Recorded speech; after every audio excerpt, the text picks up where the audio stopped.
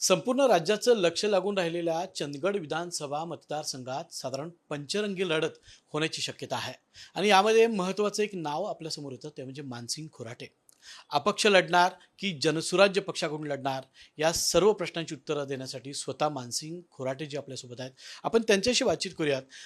खरं तर तुम्ही अपक्ष अर्ज भरला होता, त्यानंतर पुन्हा अ, अ, विनय कोरेंच्या पक्षांकडून तुम्ही अर्ज भरलेला आहे. नेमकं तुमची भूमिका काय असणार आहे आणि पक्षासोबत जाणार की अपक्ष? आम्ही सुरुवातीपासून जी तयारी केली होती ही अपक्षाच्या धर्तीवर केलेली होती. अर्थातच हे तयारी सुरू असतेवेळी आमचे सावकारांशी म्हणजे विनयरावजी कोरे साहेबांशी बोलणी चालू होती. अर्थातच तो एक पक्ष असा आहे ज्या पक्षाशी म्हणा किंवा त्या पक्षाच्या गावाशी म्हणजे वारणा विनय कोरे सावकारजी म्हणा किंवा जनसुराज पक्ष म्हटला की वारणा नगर समोर येतं. तर या वारणा नगरशी माझे गेले 30 वर्षाचे ऋणानुबंध आहेत. अगदी माझ्या शिक्षणापासून ते आजपर्यंतचे. मग शिक्षणाचा फेज असू देत, त्याच्यानंतर माझा बिझनेस जो साखर व्यवसाय आहे, उद्योग आहे जो एक्सपोर्ट करतो त्याच्या अनुषंगानं असू देत, आणि आज आम्ही साखर कारखानदारीमध्ये म्हणजे प्रोडक्शनमध्ये आहोत तो असू देत. त्याच्यामुळे आमचे संबंध हे फार जुने संबंध आहेत आणि त्या अनुषंगानं आणखीन त्या संबंधामुळं आणि जी वेवल्यान जुळत आहे, कारण सगळ्यात महत्त्वाचं म्हटलं तर वारणा नगरशी माझे एवढे संबंध असल्यामुळं मी अगदी लहानपणापासून एक कॉलेजच्या अवस्थेपासून आजपर्यंत वारणा नगरला बघतोय. वारणा नगर हे एक वारणा खोरं किंवा वारणेचा माळ असं संबोधलं जात होतं. तिथं आज नयनरम्य म्हणण्यापेक्षा एक अतिशय प्रगतिशील असा भाग झालेला आहे. मग ते शिक्षण क्षेत्र असू देत, औद्योगिक क्षेत्र असू देत, एज्युकेशनल क्षेत्र असू देत, सगळ्या बाबतीत. आणि माझा जो राजकारणात उतरण्यामागचा जो उद्देश आहे तो केवळ आणि केवळ चंदगड विभाग म्हणजे चंदगड आजरा गडिंग्लजचा विकास करायचा. अर्थातच जर का जनसुराज शक्ती पक्षाची मला साथ मिळाली तर त्यांचा जो अनुभव आहे या प्रगतीतला तो अनुभव माझ्या कामाला येईल, आणि म्हणूनच मी सावकारांची साथ दिलेली आहे आणि सावकारांनी मला चुनलेलं आहे. चंदगड म्हटलं तर निसर्गानं परिपूर्ण असा तो तालुका आहे. मात्र उद्योगधंदे तिथं आलेले नाहीत. हॉस्पिटलची व्यवस्था नाही आहे. तरुणांचे अनेक प्रश्न आहेत. तर हे सर्व प्रश्न घेऊन आता तुम्ही यामध्ये येणार आहात का? त्याची उत्तरं मतदारांना आता काय देणार? तुम्हाला माहीतच आहे की दौलत कारखाना असा समजला जात होता एका वेळी. 9 वर्ष बंद होता तो, आणि 9 वर्षानंतर ज्यावेळी टेंडर आला त्यावेळी आम्ही घेतला. तर त्यावेळी असं समजलं जात होतं की हा कारखाना कोणीही चालवू शकणार नाही, कारण बरेच जण आले, चालवायचा प्रयत्न केला, आणखीन बुडवून गेले.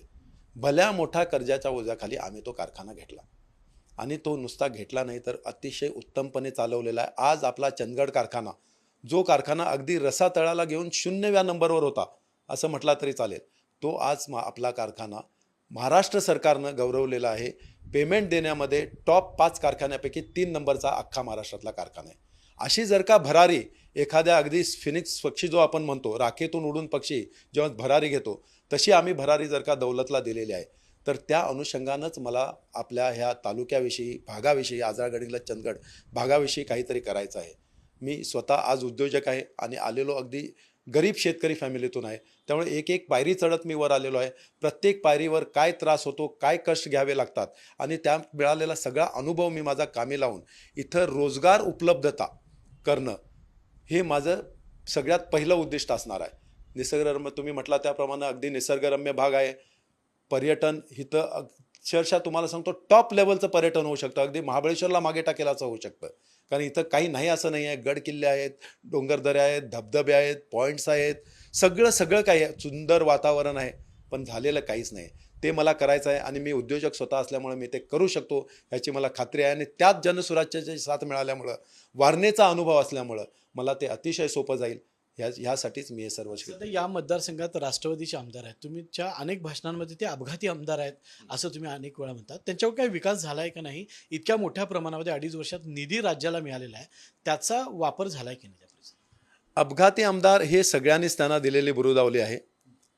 पण त्याच्यापेक्षा जास्त महत्त्वाचं आहे की इथं काही विकास झालेला नाही. गेल्या 5 वर्षात बघितला तर एक नवी नोकरी लागलेली नाही त्या सरकारच्या अनुषंगानं, सरकारच्या दृष्टिकोनातून. आणि बेरोजगारी इतकी वाढत चाललेली आहे की आम्ही पूर्ण तालुका नाही, आजरा गडिंग्लज चंदगड भागाचा अभ्यास केला तर 1 लाखापेक्षा जास्त बेरोजगार आहेत.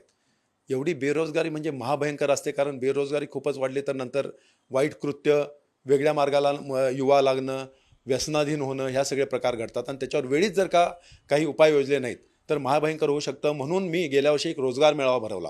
त्यात 1004 मुलांना एका दिवसात नोकरी दिली. आता मी स्वतःच्या कॅपॅसिटीवर एक थोड्या जणांना देऊ शकतो, पण लाखभराचा जर का विषय असेल तर राजकीय पाठबळाची गरज आहे आणि ते राजकीय पाठबळ मला मिळेल तर मी ते नक्की करून दाखवेन. पण हे ज्या राजकीय नेत्यांनी आजपर्यंत केलं पाहिजे होतं त्यांनी केलेलं नाही आहे आणि ते करायला जमल त्यांना असं वाटत नाही.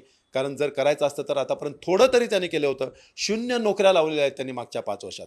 अजित पवारांचं वारंवार आपल्या तालुक्यात येणं झालं त्यांच्या निमित्तानं. अजित पवारांनी अनेक वेळा घोषणा देखील केल्या होत्या की खूप मोठ्या प्रमाणात आपण निधी दिलेला आहे. खरंच निधी आलेला आहे का फसवणूक झालेली आहे? 100% फसवणूक झालेली आहे. कारण 1600 कोटीचा हिशोब सगळ्या पक्षांनी, सगळ्या उमेदवारांनी आणि तिथल्या लोकांनी मागितलेला आहे आणि आजपर्यंत तो हिशोब आपले जे विद्यमान आमदार आहेत ते देऊ शकलेले नाहीत. जर माझ्याकडे 100 रुपये आहेत आणि 100 रुपये मी खर्च केले, तुम्ही हिशोब मागितला तर मी 5 मिनिटात देऊ शकतो. तर का हिशोब मिळत नाही मला? आणि जर 1600 कोटी खर्च झाले असतील तर तुम्हाला सांगतो आज चंदगड भाग जो आहे आपला, हा अख्ख्या कोल्हापूर जिल्ह्यात 1 नंबरचा भाग झाला असता. एवढा निधी आलाय तर पण तो निधी गेला कुठं? जर 1600 कोटी आणलाय म्हणताय तर तो गेला कुठं? हे सगळे फसवे आकडे आहेत. त्याची उत्तरं त्यांच्याकडे नाहीत. मग काहीतरी सांगायचं, काहीतरी बोलायचं, आणखीन ते दिशाभूल करायचे असं चाललेलं आहे. त्यांनी आज सुद्धा आम्ही सगळेजण मागतो हिशोब द्या, दाखवा 1600 कोटी कुठं खर्च केलाय आणि 1600 कोटी खर्च केलाय तर मग माझा भाग मागासलेला का? आमच्या चंदगडवर मागासलेपणाचा शिक्का का? आपल्या एकूणच मतदारसंघामध्ये सध्या पंचरंगी लढत होताना आपल्याला दिसते. जनसुराज्य हा महायुतीचा एक घटक पक्ष आहे. तरीही आपण जनसुराजकडून या ठिकाणी निवडणूक लढवत आहे. मतांची विभागणी झाली तर नेमका धोका कुणाला होईल आणि फायदा कुणाला होईल? काय? जनसुराज्य पक्षी हा एक वेगळ्या विचारसरणीचा पक्ष आहे. केवळ जर का तुम्ही बघितला ते विनय कोरे सावकार स्वतः किंवा आम्ही असू, हे विकास, आपल्या भागाचा विकास कसा होईल आणि त्या अनुषंगानं कुणाची साथ घ्यावी लागेल त्याप्रमाणे ते चालतात. तर अर्थातच महायुतीचा भाग किंवा काय किंवा पुढं काय होणार हे सगळ्याची उत्तरं, मी लहान नेता आहे, मला ह्याची उत्तरं देता येणार नाहीत किंवा मी त्याला म्हणजे तेवढा अधिकार माझ्याकडे नाहीत. ह्याची सगळी उत्तरं तुम्हाला स्वतः आमच्या पक्षाचे अध्यक्ष विनयरावजी कोरे साहेब, सावकार साहेब देऊ शकतील. पण आमचा एकच एजेंडा आहे, विकास, आपल्या भागाचा विकास, विकास आणि विकास. 2024चे आमदार तुम्हीच असणार अशी शाश्वती वाटते? 100%, 100%. आता आणि आता सावकारांची साथ मिळालं तर 100च्या वर आणखीन काय टक्के असेल तर जोडावे लागतील. निश्चितच खरं तर राज्याचं लक्ष कोल्हापुरातल्या ज्या विविध मतदारसंघ आहेत त्यापैकी एक महत्त्वाचा म्हणजे चंदगड आहे आणि या चंदगडमध्ये जनसुराज्य पक्षाच्याकडून आता मानसिंग खोराटे यांचं नाव जाहीर झालं. यांनी फॉर्म भरलेला आहे आणि ते निवडणूक लढवत आहेत. फक्त तालुक्याचा आणि मतदारसंघाचा विकास हा मुद्दा घेऊन ते मतदारांपर्यंत पोहोचणार आहेत आणि 2024 आमदार मीच असेल याची खात्री देखील त्यांना वाटते.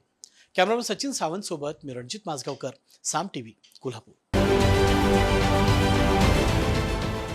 देश विदेशातील प्रत्येक घडामोडींचे लाईव्ह अपडेट मिळवण्यासाठी आता साम टीव्हीच्या सर्व सोशल मीडिया प्लॅटफॉर्मला लाईक, फॉलो आणि सबस्क्राईब करा. तसंच सर्व नोटिफिकेशनसाठी बेल आयकॉन प्रेस करायला विसरू नका.